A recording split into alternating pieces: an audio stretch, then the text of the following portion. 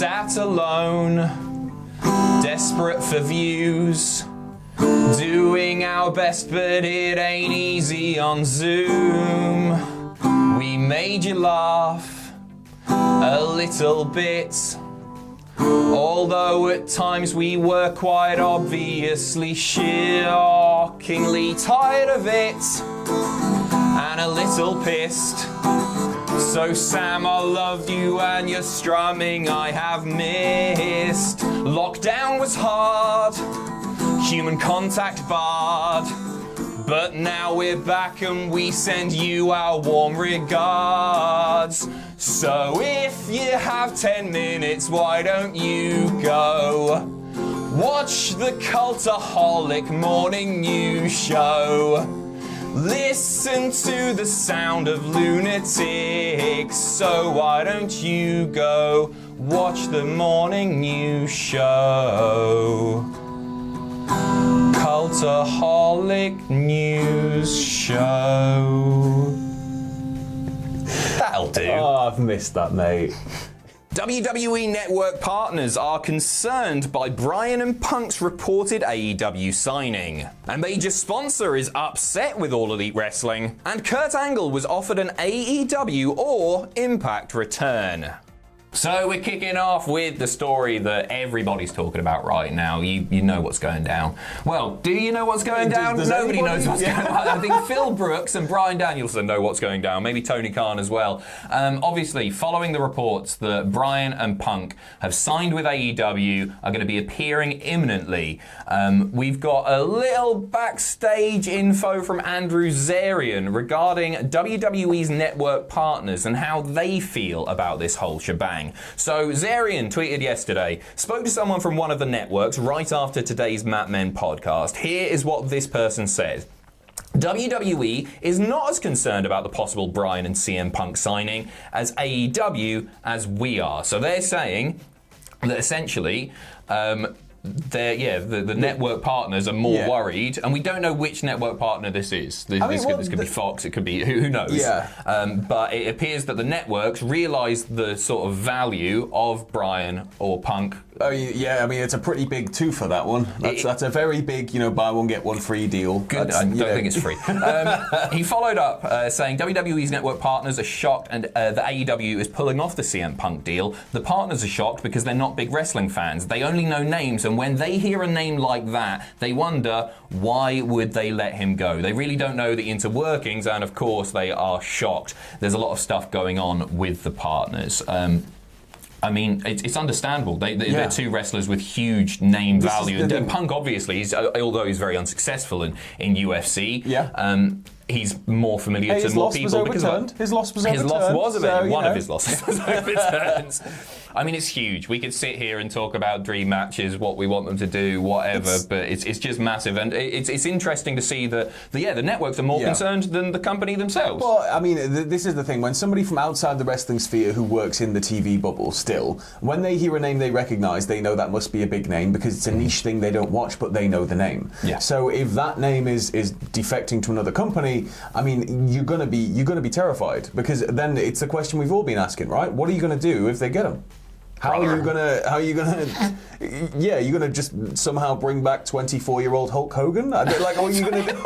What? It's going to be interesting to see, especially with WWE's declining TV numbers. A huge amount of their income is from these massive, huge TV deals. If they continue to decline, when it comes to renewing those TV deals or finding a new network, they're probably going to be a little bit less valuable. So more eyes going on AEW, although Vince McMahon mentioned in yesterday's phoner that they don't see AEW as competition, and certainly AEW aren't on the level of WWE right now, but they are growing. They are growing. And Punk and Bryan, then that's all you kind of need. Well, I said they're obviously still a long way off. Yeah. But that's obviously a big The thing I'd be interested to look at would be if they do sign with AEW. What's going to happen with WWE stock? Because surely this is going to rattle shareholders as well when it's like, well, how come you've let these two people slip through your fingers? As long as the financials are good, I don't think it should make too much difference. They've still got the huge TV deals, the network deals. It's only if those numbers, if the finances start declining, that the stock will really take a hit. I don't think it'll be as simple as two wrestlers signing elsewhere, but who knows? We'll see, hopefully, in the next month or so. Over to AEW now. Domino's Pizza. They should be upset, right? Domino's is the, for my money, and I think Ben Potter's money, it's the best terrible takeout pizza chain. Stodgy, awful stuff that makes me poo my guts up. Hate it. It's the best chain pizza, I think, in the UK. Papa John's. Oh, you monster! That what? garlic butter stuff. Oh, no, I mean, that is good. But, so good. You don't get that at Domino. No, Domino's makes me feel poorly. Anyway, Domino's are pissed off with AEW. So we got a report here. They issued a statement essentially following that death match, and if you didn't see it, there's a moment with Nick Gage where he uses a pizza cutter, and then it it goes to picture-in-picture, and one of AEW's main sponsors, Domino's Pizza, is the brand that is being shown. Of course. Domino's that is such a badly timed is so picture. good, so good. In a state, they'll get some T-shirts out of that. Yeah. So Domino's have released a statement to Michael McCarthy of Front Office Sports. This is utterly brilliant. And the spokesperson for Domino's said, "We share the concerns expressed about this incident and the content of this TV-14 rated program, and we are assessing our advertising presence on it going forward." I don't think they're as bothered about all the blood and that as they are about their pizza. No, I'd seen something online where it was like Domino's wants to like make sure people know that their pizza cutters have never been, covered in blood. So there you go. They say they're assessing the advertising presence, so they might pull. They'll be fine. I mean, it's America. You've got millions of other companies that can jump Papa into. John's in. It's better. Only if you get double cheese, man. Otherwise, it's just terrible. Excessive. Too much for me. On the back of that, AEW are reportedly going to be toning down the violence I agree. This comes from the Wrestling Observer, saying that AEW officials aren't planning to do a match with that level of violence again. The match was said to have been a one-time thing. AEW, they did notify TNT about the violence in advance, so they probably don't have that much heat with the network. Maybe it did go a step too far for the TV show. I don't know. But if you kind of alert them and then it goes a little bit too far, it's always better to ask for forgiveness in that kind of setting, isn't it? WWE kind of did that with, when Brett goes off on Vince and swears in the 90s. That was kind of softly briefed, he's going to say one bad word, and then he kept going. And then they were like, we didn't know, even though it was all scripted. Right, and you know what? It's got people talking. They're not going to get kicked off a network or anything like that. Not a chance. But don't expect to see light tubes or pizza cutters. That's a shame. Or a pane of glass. That is a crying shame. They'll do it every again. match. They'll do it again. That's what I want.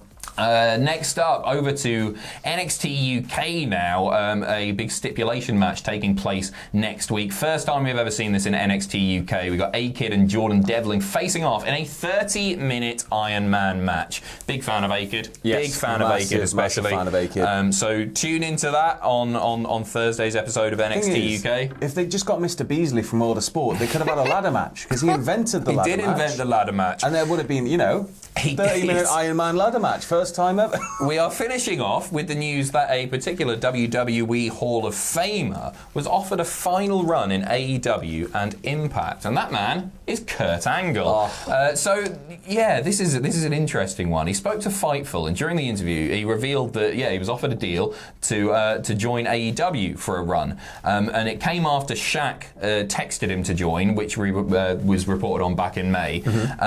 He said that he was flattered by the offer, but he wasn't considering it because he's too beat up physically to compete at the level he once did. That's really gutting, isn't it? It's gutting, but at the same time, it's good that he's looking out for himself, and it's good that he's taking care of his body. But at the end of the day, we've still got his final ever match being Baron Corbin, which no slight on Baron Corbin, it's just not what everybody was expecting. Right? No, it should have been Cena.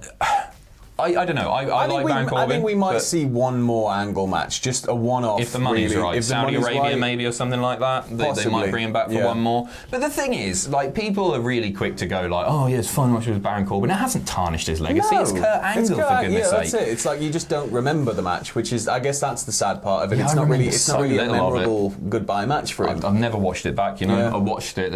I haven't been. I think I've had to go back to it for a list once or twice, and every time it's like it's not that terrible, but it's not bad match. It just shouldn't be his last match. No, it shouldn't be his bad match. He also stated that Impact contacted him about coming in for a one-shot deal, and obviously he's been in Impact before. He spent more time in Impact than WWE initially. So but he never seriously considered it apparently. So there you go. We will be back with another news video, another song, and putting more smiles on faces, because that's what we're all about. Do a smile. See you in a bit. We're next to each other.